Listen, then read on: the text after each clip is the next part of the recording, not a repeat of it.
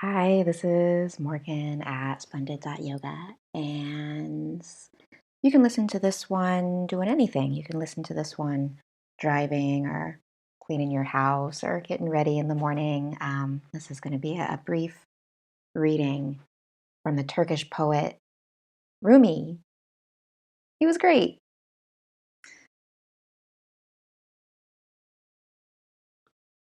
So, Rumi was asked, "What is poison?" Anything which is more than our necessity is poison. It may be power, wealth, hunger, ego, greed, laziness, love, ambition, hate, or anything. Rumi was asked, "What is fear?" Non acceptance of uncertainty. If we accept that uncertainty, it becomes adventure. Rumi was asked, "What is envy?"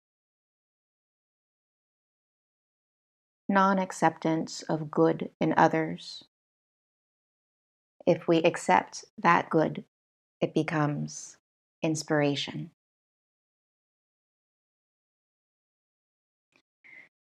Rumi was asked, "What is anger?" Non acceptance of things which are beyond our control.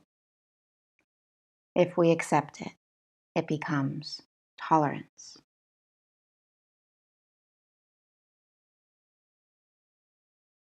And Rumi was asked, "What is hatred?"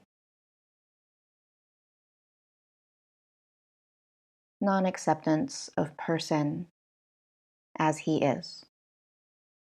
If we accept person unconditionally, it becomes love.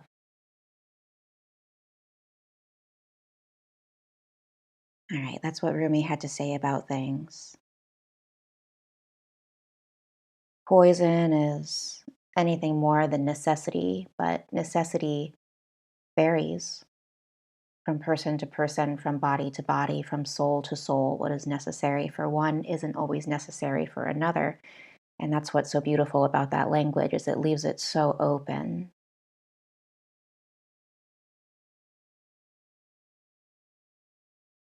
So you get to decide what's necessary for you.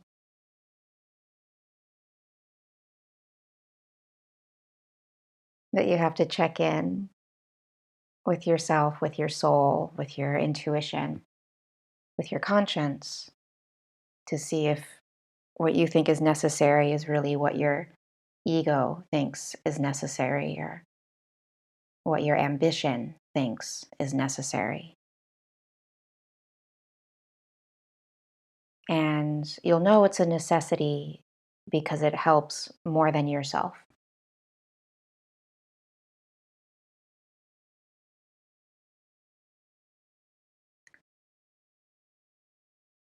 So Rumi said the opposite of fear is adventure. I love that when I'm really scared of something, and it happens a lot because I have social anxiety. So just walking out the door can be really scary. I turn it around and I ask myself in a really friendly way, I wonder what's going to happen, instead of just being scared of all the terrible things that could happen, all the awkward encounters, all the serious stuff, all the car accidents, all the unpleasant things that happen in this world.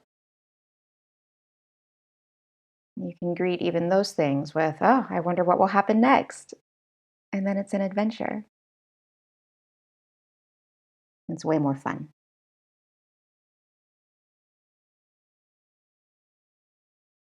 Rumi said that the opposite of envy is the acceptance that others are good, And to me, that means that we accept that others are doing the best that they can, just like we are doing the best that we can, just like you are doing the best that you can.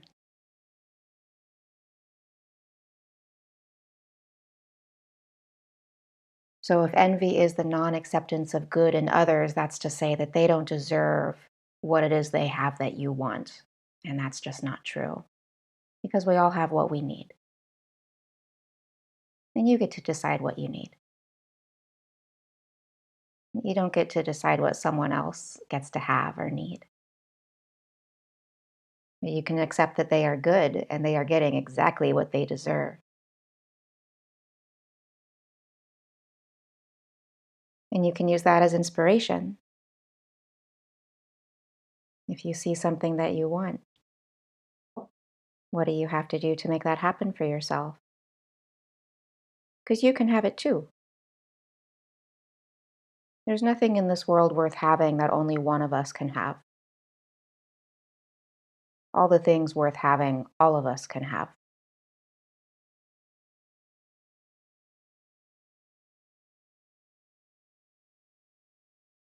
Rumi said the opposite of anger is tolerance,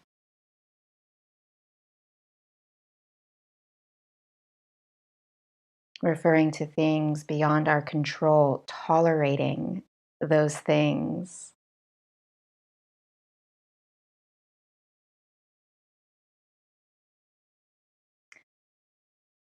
I would add to that, I would suggest that in addition to the tolerance, to the allowing of things that are beyond your control to be beyond your control, we have gratitude that they are beyond our control. Thank you. I can see that that has nothing to do with me. And I'm so grateful for that. And I have compassion that it's somebody else's problem, that it's somebody else's issue.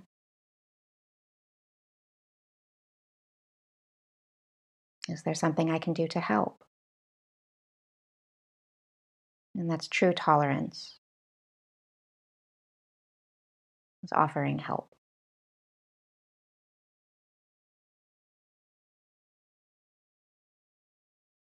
Rumi said the opposite of hatred is love. And here he defines love as accepting a person unconditionally. And of course, that starts with ourselves. You have to accept yourself unconditionally before you can truly accept someone else unconditionally. And that, my friend, is a long journey. But we're all in it together.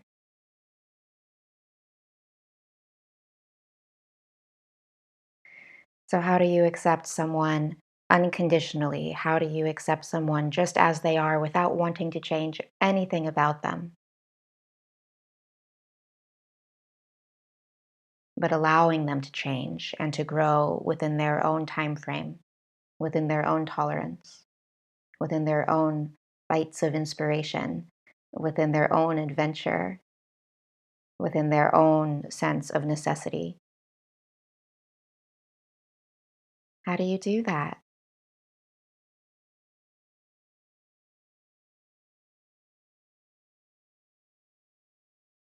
How do you offer that to yourself? How do you tolerate yourself and make space for your own moments of inspiration, your own sense of adventure, your own self knowledge of what is necessary? How do you love yourself?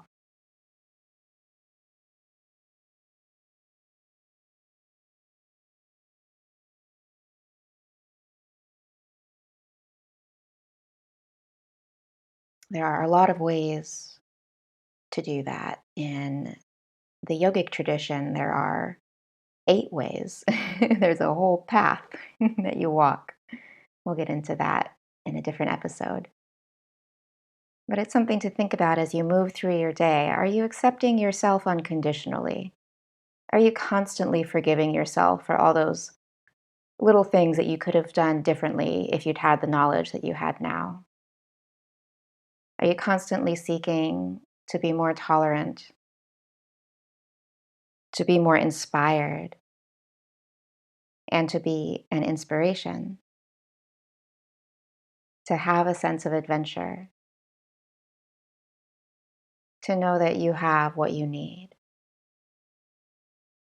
to give yourself that sense of abundance to share with everyone around you. Move with that energy for the rest of your day. Namaste.